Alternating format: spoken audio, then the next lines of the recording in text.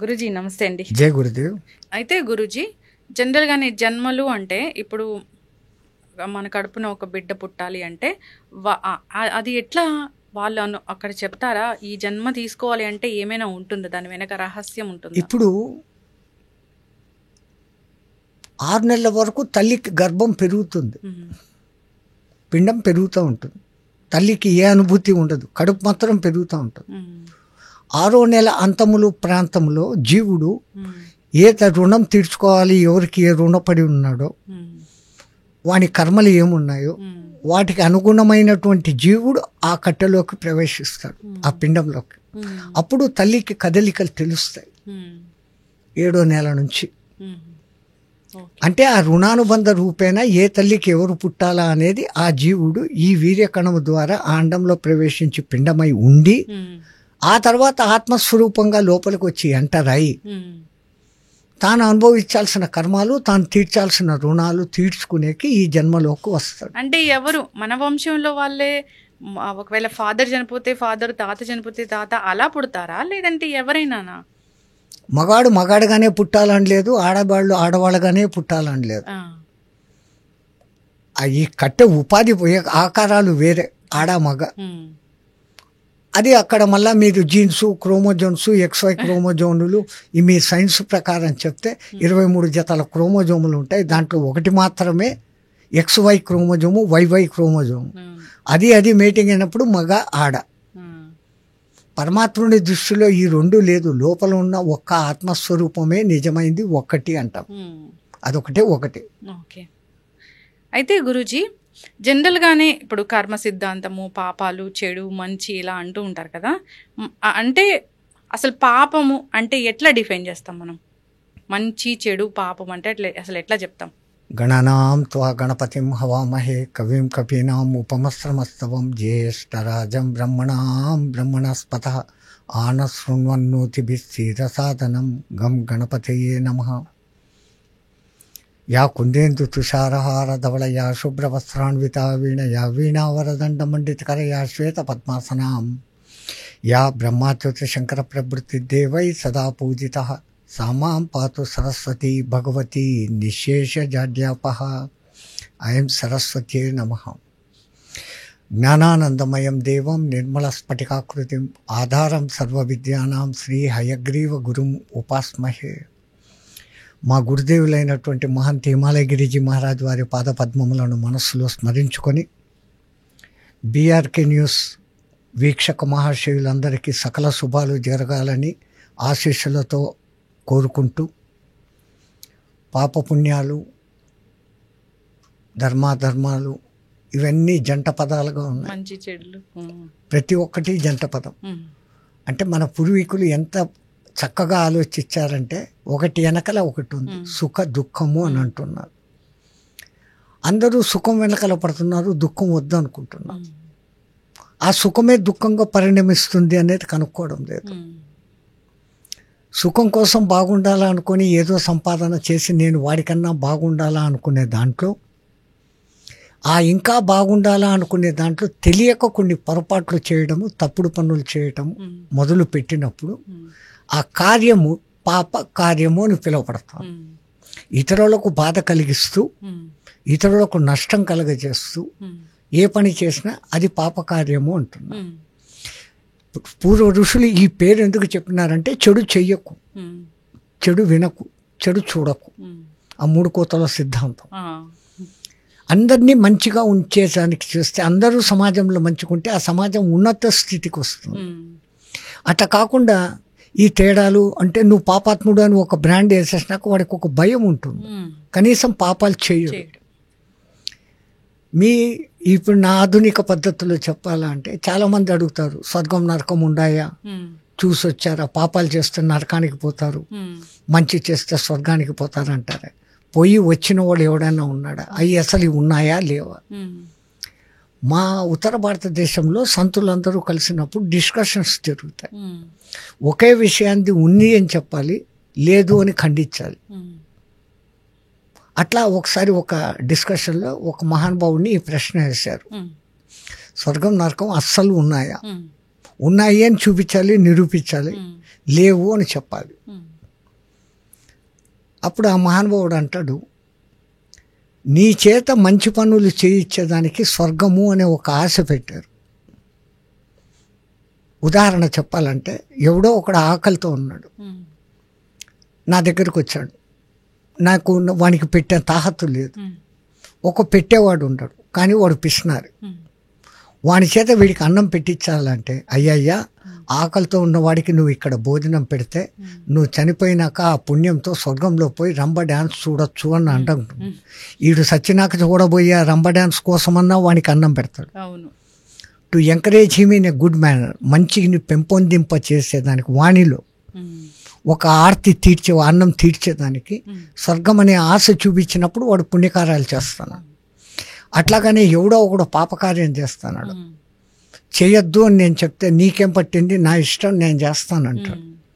నరకము అని ఒక భయం పెట్టి, నువ్వు ఇక్కడైతే చేసావు, చచ్చిపోయినాక అక్కడ నిన్ను నూనెలో వేసి కాల్చుతారు అని అంటే, ఆ భయానికి ఇక్కడ వీడు తప్పు చేయకుండా ఉంటాడు. టు రిస్ట్రైన్ యూ ఫ్రమ్ నరకం, చెడ్డ పనుల నుంచి రిస్ట్రైన్ చేసేదానికి, మీలోని మంచి పనులను పెంపొందించేదానికి స్వర్గము నరకము అనేటివి పెట్టారు, అవి లేవు అని ముందు చూపించాం. ఆ తర్వాత సనాతన భారతీయ ధర్మంలో పాపపుణ్యాలకు పరిహారాలకు ఉన్నాయి. క్షీణే మధ్య మనుష్యలోకం గచ్చతి అని చెప్పారు. నువ్వు పుణ్యాలు సంపాదించుకుంటే చంద్రలోకము, ఇంద్రలోకము లాంటి లోకాలకు పోతావు, అక్కడ వాళ్ళ వైభోగాలు కొన్ని అనుభవిస్తావు. పుణ్యం క్షీణించినాక మళ్ళీ జన్మ ఎత్తుతావు. అట్లాగనే పాపకర్మలు చేసిన ఉంటే కొంతకాలం కొన్ని పాపాలకు నరకంలో శిక్షలు వేసి మళ్ళీ తిరిగి భూలోకంలో ఆ శిక్షలు మళ్ళీ కలిగింపజేస్తాడు. ఎక్కడో లేవు, మనకి మధ్యలోనే ఉన్నాయి. ఒకటికి కొన్నాళ్లకు పాపం చేసి ఈ పొద్దు బాగుంటాడు, రేపొద్దున వాడికి ఏదో జబ్బు వస్తుంది. అక్కడ ఒకటి దగ్గర 10,000 సంపాదించుకున్నాడు, ఇక్కడ 10 లక్షలు ఆపరేషన్కు ఖర్చు పెట్టుకుంటాడు. వాడు చేసిన పాపం రోగ రూపంలో వస్తుంది. అందుకే అంటారు, ఎవరు చేసిన భార్యాపుత్ర సుతాలయం రావాలంటే గత జన్మ కర్మానుసారణం అంటాడు. నువ్వు ఏ మంచి పనులు చేస్తే నీకు మంచి జరుగుతుంది, చెడ్డ చేస్తే చెడ్డ అవుతుంది. మంచి విత్తులు నాటితే మంచి పంట వస్తుంది, పుచ్చివి ఏంచినటి ఎప్పటికీ పంట రాదు. అది తెలిసినాక చెడు చేయకుండా మంచి చేయడమే మానవ ధర్మం. మనుష్యులం మనం. అంటే ఇప్పుడు చెప్తున్నారు కదా గురుజీ, పాపం చేస్తే ఎప్పుడో కాదు ఈ జన్మలోనే అది అనుభవించి తీరుతారు. కలియుగంలో ఏది కూడా ఫాస్టే. ఒకప్పుడు జన్మలు తీసుకుంటూ పడేవాళ్ళం, ఇప్పుడు ఈ సాత్మే కయ్యా ఈ సాత్మే భోయా అన్నట్లు అయిపోతాను. ఈ చేతిలో చేసింది ఈ చేతిలో ఫలితం. ఒక చిన్న ఉదాహరణకు ఒక చిన్న కథ ఉందమ్మా. ఒక ఊర్లో 2 మిత్రులు ఉండేవాళ్ళు. ఒక ఆయన బెల్లం వ్యాపారం, ఒక ఆయన జొన్నల వ్యాపారం. ఈ బెల్లం వ్యాపారి కొంచెం కన్నింగ్ ఫెలో, ఎవరి దగ్గరైనా కానీ కొంచానికి కొంచెం లాభం పొందే రకం. న్యాయంగా వచ్చే లాభం కాకుండా ఎక్స్ట్రా లాభానికి పోతుంటాడు ఆయన. ఈ జొన్నల వ్యాపారి ధర్మంగా తను ఎంత తెచ్చుకున్నాడో, ఖర్చులు ఎంతో, తన జీవితానికి ఎంతనో అంత మాత్రం లాభం చేసుకుని అమ్ముతున్నాడు. వ్యాపారం అంటేనే మోసము, లాభం. ఒకసారి ఈ జొన్నల వ్యాపారికి బెల్లం అవసరమైంది. స్నేహితుడు ఆయన దగ్గరికి వెళ్ళాడు, 1 కేజీ బెల్లం కావాలయ్యా. ఆడ బెల్లాన్ని తురుపు పట్టి ఒక 100 గ్రాములు కొట్టేసి ముద్ద కేజీ బెల్లం అని ఇచ్చాడు. ఈయన తీసుకొని వెళ్ళిపోయి, స్నేహితుడు కదా అని నమ్మాడు. స్నేహితుడిని మోసం చేశాడు. స్నేహితుడని కూడా చూడకుండా తీసుకొని వెళ్ళిపోయాడు. ఈయన వెళ్ళిన కాసేపటికి ఈ బెల్లం వ్యాపారి భార్య, కోళ్లకు దానా అయిపోయింది, మీ మిత్రుడి దగ్గర జొన్నలు ఉంటాయి కదా, 1 కేజీ పట్టుకురా అని. ఈయన మళ్ళీ వచ్చాడు, 1 కేజీ జొన్నలు లేరా. లోపలికి వెళ్ళి తూకం చూసుకొని వచ్చి ఇచ్చాడు. ఈయన తీసుకొని ఇంటికి పోతూ వీడు కన్నింగ్ బుద్ధి మొదటి నుంచి కదా, ఆడికేమో డౌట్ వచ్చింది, ఇది కేజీ జొన్నలుగా ఉన్నట్టు లేవే అని. పక్కన ఇంకో షాప్ ఉంటే ఆడ పోయి తూకం వేస్తాడు, అది 900 గ్రాములు ఉంది. పెద్ద నీతిమంతుడిలాగా ఇంకో 4గురిని వెంటేసుకొని ఆ ఫ్రెండ్ దగ్గరికి పోయినాడు. నువ్వేదో మంచోడు అని అంటారు, మోసం చేస్తావా, నాకు 900 గ్రాములే ఇస్తావా, నువ్వు కేజీ అడిగితే 100 గ్రాములు కొట్టేసావా, డబ్బేమో తీసుకున్నావు 10 రూపాయలు, ఇచ్చింది 900 గ్రాములు ఇస్తావు, డామ్ డూమ్ అన్నాడు. ఒరే నాదేం తప్పు లేదురా, నువ్వు అడిగి నేను లోపలికి పోయి జొన్నలు చూస్తామని కేజీ రాయి చూస్తే కనపడలే, నువ్వు నాకు పొద్దున బెల్లం కేజీ ఇచ్చావు కదా ఆ బెల్లాన్ని పెట్టి నీకు తూకం వేసి ఇచ్చాను. తిరిగి వచ్చింది మళ్ళీ. తేరా తుచ్చుకోహిలాగా నీది నీకే తగిలింది. తో ఈ రోజు చేస్తే ఆజ్ కరా ఆజీ బోయా, ఈ రోజు చేసింది ఈ రోజే భరించాలా. కలియుగము ఏది కూడా ఫస్టే. పుణ్య ఫలితము అంతే, పాప ఫలితము అంతే. కానీ ఎప్పుడు చూసినా పాపాలు చేసేవాళ్ళు, అన్యాయాలు చేసేవాళ్ళు వాళ్ళే చాలా హ్యాపీగా ఉంటున్నారు, మంచి చేసే వాళ్ళు కష్టాలు పడుతున్నారని అని కూడా అంటున్నారు. ఇదే మీ మాటనే ధర్మరాజు శ్రీకృష్ణుడిని అడుగుతాడు. నాకు ఇంత చేసిన ఆ ఆతతాయి లక్క ఇంట్లో కాల్చాడు, మోసం జూదం ఆడి 12 ఏళ్ళు పంపుతా అన్నాడు, మళ్ళీ అజ్ఞాతవాసం అంటా అన్నాడు, ఘోషయాత్ర చేసి మమ్మల్ని ఎగదోశాడు. వాడు చేసినంతా ఇన్ని చేసి వాడు రాజభోగాలు అనిపిస్తున్నాడు. నేను ఎప్పుడు యుధిష్ఠిరుడు అన్న పేరున్న నాకు ధర్మరాజాన్ని పిలుస్తున్నాడు. ధర్మాన్ని అంత గట్టిగా పట్టుకున్నా. నాకు ఎప్పుడో కష్టాలే. ఏకఛత్రాపురంలో అడుక్కొని తింటాను. ఇంకా ఆ తర్వాత ఈ అడవి. ఎప్పుడు మేము సుఖపడినాం కృష్ణ. మంచి చేసేవాడికి ఇదేంటి, చెడు చేసిన దానికి అదేంటంటే కృష్ణ పరమాత్మ చెప్తాడు. ఆ పైవాడు 2 అకౌంట్లే చూస్తాడురా, పాప పుణ్యాలు అనే వాటిని. నువ్వు ఎక్కువ పాపాలు చేసి తక్కువ పుణ్యాలు చేసింటే ముందు ఆ పుణ్య ఫలితాలు ఇచ్చేస్తాడు. ఇప్పుడు దుర్యోధనుడు ఆ పుణ్య ఫలితాలు అనుభవిస్తున్నాడు. ఆ తర్వాత నిరంతర కష్టాలే. 10,000 పాముల జన్మలు ఎత్తాలి వాడు. తర్వాత యుద్ధంలో చచ్చిపోతాడు. చచ్చినాక అనేక జన్మలు పాము జన్మలు ఎత్తుతాడు. 10,000 కాదు, అనేక జన్మలు పాము జన్మలు ఎత్తాడు. నువ్వు కొన్ని పాపాలు చేసుకున్నావు, పుణ్యాలు ఎక్కువ చేసుకున్నావు. కొన్నాళ్ళు రాజుగా ఉన్నాడు కదా, రాజుగా ఉంటే దండించడము, శిక్షించడము అలాంటి చిన్న పాపాలు ఉంటాయి. ఆ పాపాలకు నువ్వు ఇప్పుడు ఈ శిక్షలు అనుభవిస్తున్నావు. ఆ తర్వాత నీ పుణ్యరాశి ఎటువంటిదంటే 32 ఏళ్ళు ఎదురు లేకుండా రాజ్య పరిపాలన చేస్తావు. ఆ తర్వాత నేరుగా నువ్వు స్వర్గానికి పోతావు. కష్టం ఇట్లా వచ్చి ఇట్లా పోతుంది అంతే. ధర్మరాజు మంచి గుణం చూడండి.